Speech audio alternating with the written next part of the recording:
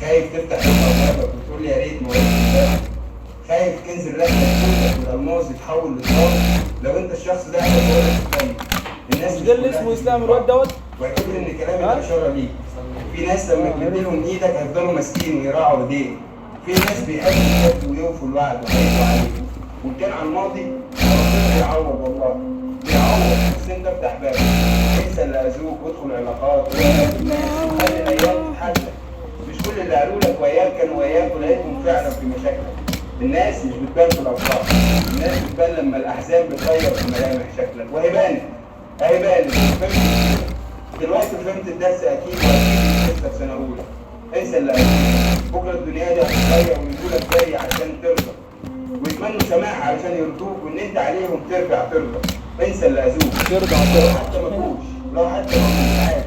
بقى في حياتنا حاجات افضل واهم. بقى في اشياء جوانا بدال الهم. والناس دي كمان كتر خيرهم. غيرهم عمرنا كنا ما نعرف ازاي الانسان ممكن يتخلق. انسى اللي اذوك.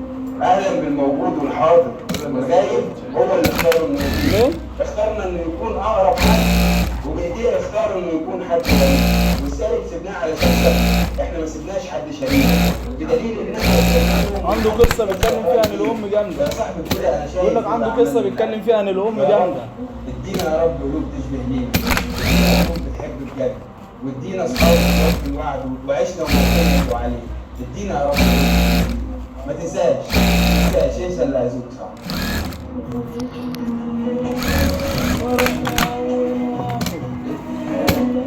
اللي جنبه بتاع مسكري يقول لك انا ليه كنت الله فيها حاجه مين؟ ضيع بيضيع وقت من اللي بيقعد معاهم وبيشوفه. النهارده ولا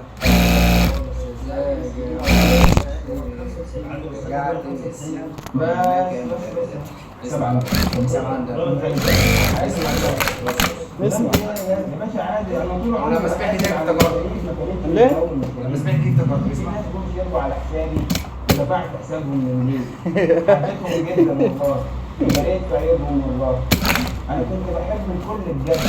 لكن الكل كان عايز والله شكله اتخزق برضه زي من صحابه. ان انا واد اسمر طيب ودم خفيف. والان يمكن النجاح مش محتاج اكتر من واحد طيب ولذيذ ودم خفيف. هو بيتكلم عليا على الطرف. انا رحت قابلته في الشارع وحكيت له. انا ياما حسبت على الشريك كل اللي شارك كان ناس جايه. انا كنت بقول ان انا شجره بتطلع فين وتطير بس لقيت ان الموضوع خالص. اول ما جاي الفلوس الكل بيجي يقعد ويبوظ. واما الدنيا دي بتيجي تدوس الكل اوام يمكن خير. انا ياما حسبت على المشاريب وكل اللي كان ناس غيري. وانا احب اكثر من غير اديهم في امان في الوقت اللي الناس كانوا بيقولوا فيه يا واد خد بالك ويا واد حاسب. الاقيهم فعلا ناس وحشين او زي ما تقول كده كانوا امتحانات والكل خرج منها راسم. عمال بدفع الهم انا دفعت حسابي والخذلان برضه انا دفعت حسابي. اتخذلت في غسالة اوتوماتيك. وما حبيتش بقول له اتخذلت في غسالة اوتوماتيك. اول ما وصلنا لوقت الجد اداني ظهره وقفل بابه فما جاتش عليه. ويا ريت كل الحسابات تشبه حسابات معاليه سكرينه وجراب او حتى يا اخي والله كوبايه شاي احسن ما يعدي العمر واقول هو اللي جرالي انا ليه وجرالي ازاي. احسن ما يكون الجاي مليان خذلان ولا مهانه.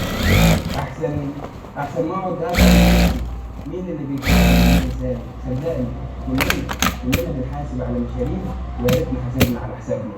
ويا ريتنا قفلنا علينا بابنا. ويا ريتنا ما سيبنا ولا سيبنا ولا كنا في يوم شفنا الناس دي وعرفناها. كانوا كل منام وكل مليء. لكن احنا عمرنا ما اشتغلنا على ميدان يوم ولا حتى في يوم فيه. بعد ده كله نواصل ان الايام تعوضنا. اكيد بكره الايام بالناس اللي هتبقى عوضنا ونكون عارفين ان هو افضل بيتكلم وياهم في الحب. دي جزات الانسان اللي الناس يرموه في غياب وظلام الجهد. سيدك يوسف ما خرجش من البير بس عشان يقدر. سيدك يوسف من حب الله والوقت ان الايام الناس اللي بتفهم الناس اللي خلاص بسرعة.